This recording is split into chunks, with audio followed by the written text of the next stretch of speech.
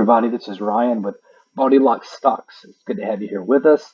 I'm gonna go through some stocks that show some trend lines of support, resistance, where to buy in, where not to buy in, and kind of give you a couple ideas maybe on space, on Tesla. I had an earlier video kind of show the difference between those two, and maybe some picks for tomorrow that's on my radar.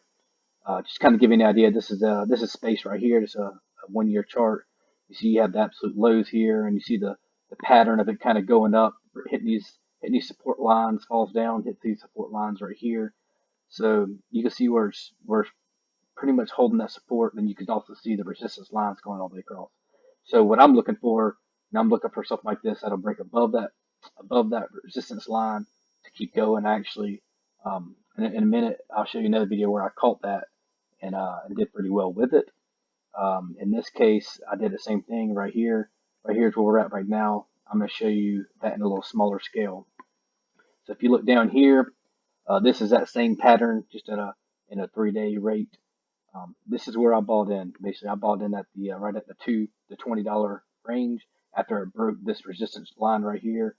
Usually, I look for the first 5-minute candle to pass that, because that's where you know that you're building that support back. Because usually, when you have a resistance line, when it carries above your resistance, now that is now your support line. So this is where I bought in, and it rode all the way up to 20, and hitting the high of 21.20, or sorry, 22.20. I actually am still in the stock. I haven't sold yet. It did dip down a little bit today, but you see here's in the after hours, it's actually turning back up again right now. It's sitting at 21.90. So it's done really well. Again, I bought this stock right when it broke the $20 range to go all the way up, and I'm sitting up pretty good right now. Let's give you a couple other examples. Again, I mentioned Tesla a little bit ago to kind of show you what it's looking like. Let's kind of kill that one out just for now. You'll kind of see this trend that it's going up. You'll see the supports that it's creating every time, and then it just goes mad crazy here at the end.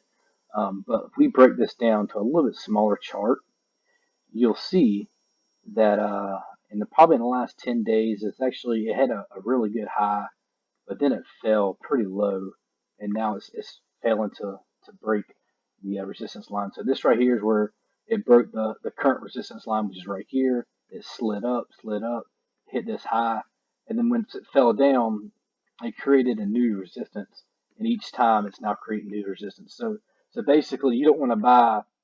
You want to make sure that it goes through resistance, and you also do not want to really buy too much in the post hours, after hours, or pre-market. It's very volatile. A lot of people get stuck with buying, on a 50% gain, and end up losing a ton of money because it'll open much lower. Or in these cases, you'll see us rising up, and then it'll just downtrend the entire day. It'll rise up, downtrend the entire day. So you'll see all these resistances that you make sure you don't want to buy there. You want to make sure it breaks through that resistance before you purchase anything. Otherwise, you're doing the opposite. You're buying at the top and selling at the bottom, and you're losing money.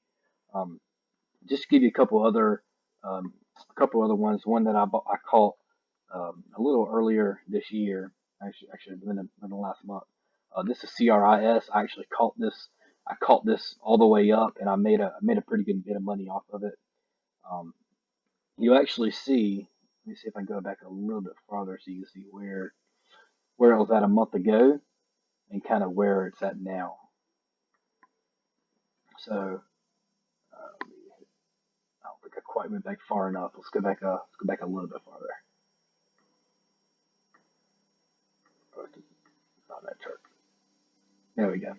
So I caught this line right here. If you look, it went all the way down, but then now it's starting to trend back up again. Right now it's sitting at about a 125. Earlier it was at $1.38 was the high of the after hours today. So this is something that you want to look at tomorrow. If you want to see if you can buy something that's hovering right here right now, which is a little bit higher than it was all day today.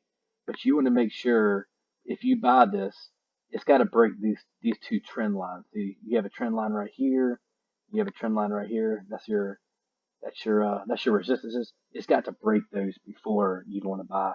So it'll look kind of it'll look kind of good, but you want to make sure it breaks through so you don't lose any money. Let's see if we can grab a couple other ones. These are some on my watch list for tomorrow. Yeah, DFFN. You'll see here it's had a pretty good trend up. Let's see what it looks like. Let's see what it looks like a little bit farther, because whenever you're doing these things, you'll really realize that um, the farther you go back, you can find more of a trend of what the stock's doing and why it's doing it. So you see it has a pretty good downtrend, and you see it shot up to here.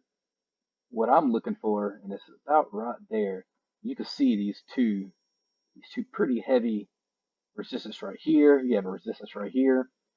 So right now it's sitting at $1.26 a share on the after hours. I would not purchase this unless it broke past that 135. You want to make sure, like I said, again, about a 5 minute chart, 5 minute candle after that. Otherwise, you're going to buy at the top and sell at the bottom. Because again, once it passes it, that resistance now becomes your new support. So these are some trend lines that I'm going to look for. There's there's several of them. This is my scanner. Um, I use Thinkorswim scanners for. I have a pre-market set up. I have a post-market set up, and then I have intraday change volatilities, change percentages.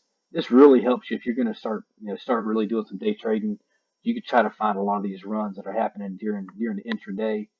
Just kind of gives you a graph of what it kind of does, um, and you can see the trends of when it breaks up, when it keeps going, and when it how many of them follow through. But again, that's just some updates what I wanted to talk about today. I appreciate y'all listening in. Please give me a thumbs up, like it if you like it. Make sure you hit that subscribe button. I'm really trying to grow my channel. Other than that, it's a lot.